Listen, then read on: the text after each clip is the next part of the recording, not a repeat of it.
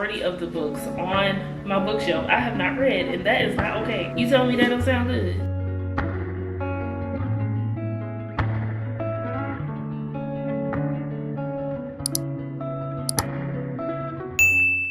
Hey y'all, welcome back to my channel. As you can tell from the title, today's video is a February TBR. Because February is Black History Month, I wanted to make a point to pick books by Black authors just to uplift Black voices and experiences in history.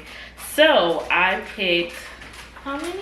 I chose 5 books from my physical TBR, and there is a reason for that. In my previous video, if you have not watched it, you can definitely go back and watch that if you would like, or after this video. But I realized a majority of the books on my bookshelf I have not read, and that is not okay. Especially because I keep wanting to buy books, even though I'm on a book buying ban right now. So I just thought, we're only picking books from my physical TBR. I do have one honorable mention, but that will be at the end of the video. So here are the 5 books that I will be reading there. I'm going to go through them not in any particular order of what I plan on reading, because I am a mood reader. So whatever book grabs me for that moment, that is what I will be reading. But let's just hop into showing off these books. So the first book on my list is Let Us Descend by Jesmyn Ward. Jesmyn, one of those.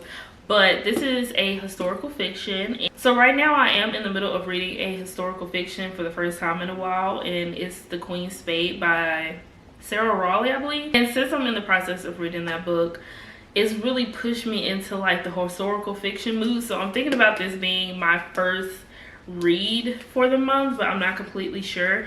But just to kind of give you a synopsis of what this book is about, Let Us Descend is a reimagining of American slavery, as beautifully rendered as it is heart-wrenching. Searching, harrowing, replete with transcendent love, the novel is a journey from the rice fields of the Carolinas to the slave markets of New Orleans and into the fearsome heart of a Louisiana sugar plantation. This book just screams, read me now, read me now. But I'm really excited to read this. And it was also on Oprah's book club for 2023. So the next book is one that I'm really excited to read because it is a thriller book with a Black main character, and the thrillers that I have read recently have not been that, so I'm really excited to read this. And also I've been hearing about this author lately, and I'm really hoping that the hype is hyping. I really am. But the book is All the Sinners Bleed by S.A. Cosby. I have watched a few book reviews of this, and it just seems so interesting. I'm just gonna read like the first paragraph of the synopsis on the back to not give too much away. But it says, Titus Crown is the first Black sheriff in quiet Sharon County, or Sharon County, one of those, Virginia, a beautiful place with a harrowing past. After years of working as an FBI agent, Titus knows that his hometown might seem like a land of moonshine and honeysuckle, but secrets fester under the surface. You tell me that don't sound good? I'm just saying. Even though I really want to read this first, this is giving I need to read it. It really is. I could read them at the same time, but then that might be confusing. I don't know. We gonna see. So this next book is my last fiction book that I plan on reading for the month, and it is Parable of the Sower by Octavia Butler. Now, for some reason, every time I look at this cover, it don't say Sower, it says sorrow. So in my previous video, I was saying sorrow instead of sower, and every time I talk about this book, I always say sorrow. I don't know why. This is also my first Octavia Butler book. I have been wanting this book for at least a couple of years. I know the first time I heard about it was on TikTok a couple years ago, and I just couldn't remember the name of it. And then this past year, this book kept popping up, and I was like, this is the book. And so I believe this is like a sci-fi thriller or just sci-fi. Also, I don't want to read it back. I really want to just be surprised with this book, but I'm really excited to read this. And also, recently I bought the comic book version of this, which I also saw, I believe it was last year, someone showed this, And I was like, it would be so cool to read this. I'm not a comic book reader really, so I think I'm just gonna read this, but my husband likes reading comic books and I think he will enjoy reading this version of the book compared to this, because I'm trying to get him into reading a little bit. So I think we can both read this together, but I'm not sure how much of it is the same. I'll have to look that up, but that might be a plan where I'll try to get us both to read this and maybe do a reading vlog for this, because I feel like this will be very exciting. So now the last two books are nonfiction books that I really want to read. One of them I started reading but haven't finished, and that is The Strong Black Woman by Marita Golden. I started reading this maybe a year and a half, most likely 2 years ago, and I got almost halfway through it.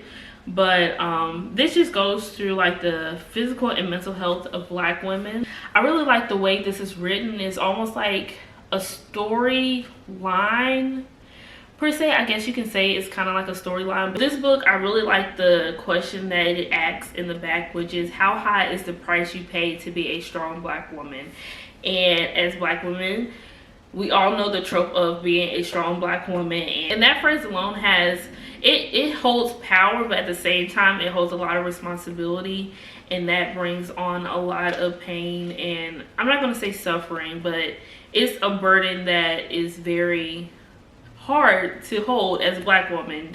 I think with this one, I'm not just going to like speed through it in like a week, but I plan to read this throughout the month of February and plan to finish it this month. And I may or may not start this over. I think I will, just to get the full feel of it, and probably annotate a little bit as I read it, because I wasn't into annotating. I'm still not into annotating, but I feel like there's a lot of gems in this book that I want to look back on. The last book on my physical TBR is Barracoon, The Story of the Last Cargo by Zora Neale Hurston. And I mentioned this book in my previous video, but the whole reason why I bought this is because there was a documentary, Descendant, I believe, that was on Netflix, and this story is just, the documentary alone just made me want to buy this book. So just to kind of give you a synopsis of what this book is about, in 1927, Zora Neale Hurston traveled to Plateau, Alabama, to visit 86-year-old Cujo Lewis, a survivor of the Catilda, the last slaver known to have made the transatlantic journey. Illegally brought to illegally brought to the United States, Lewis was enslaved 50 years after the slave trade was outlawed. At the time, Cujo was the only known person alive who could recount this integral part of the nation's history. Just like with The Strong Black Woman, I feel like this is a book that I would want to slowly read. I don't want to fly through this, even though it's not super long. It's 201 pages, but it also has some reader's guides in the back, and I would really want to just take my time reading this, annotating. Even though this is a very sad story, it just showcases just how it wasn't that long ago that this was going on. It really wasn't that long ago. So I am really looking forward to reading this. I've had it at least a year, I know for sure, and I just haven't been in the mood to read it, and I'm making myself be in the mood to read this because it's a story that needs to be read. So because in February it also is Valentine's Day, I feel like it's crazy not to have a romance book on my TBR, even though I'm not really big into romance. As you can tell from my previous video, I don't have a lot of romance books in my collection. I didn't want to buy a romance book that I really wanted to read, but my honorable mention book will be Before I Let Go by Kennedy Ryan. And I just recently read Real. It's not a DNF, it's not a soft DNF, it's just I'm not sure if I want to read the epilogue because I like how the book ended and I don't want to know anymore. I don't. But I really like Kennedy Ryan's writing style and how she tells stories, and I understand the hype. I really do. So I have the Kindle Unlimited app, and I'll probably just read it on my phone and most likely listen to the audiobook, because with romance books I typically like listen to them more than read them. So those are all the books that I plan on reading. 6 books is a lot of books to read, especially when I'm in the middle of reading one right now. I'm hoping I can finish it this weekend so I can get started on these, especially since it's the shortest month of the year. So I have a lot in store, but I'm pretty sure I can get through all of these. Like I said, for a couple of them, I'm just reading them throughout the whole month, so it's not a rush to read those. If you've read any of these books, please let me know what you think about them. If you want to give your star ratings, do that. Regardless of what you give them, I'm still going to read them. And let me know what books you plan on reading for the month of February. If there's a particular author that I should be on the lookout for, or I should add to my collection. I'm definitely in the mood to buy some more books, but I gotta hold off at least for a month. So give me some suggestions. And be sure to like, comment, and subscribe if you really enjoyed this video, and I'll see you in the next one.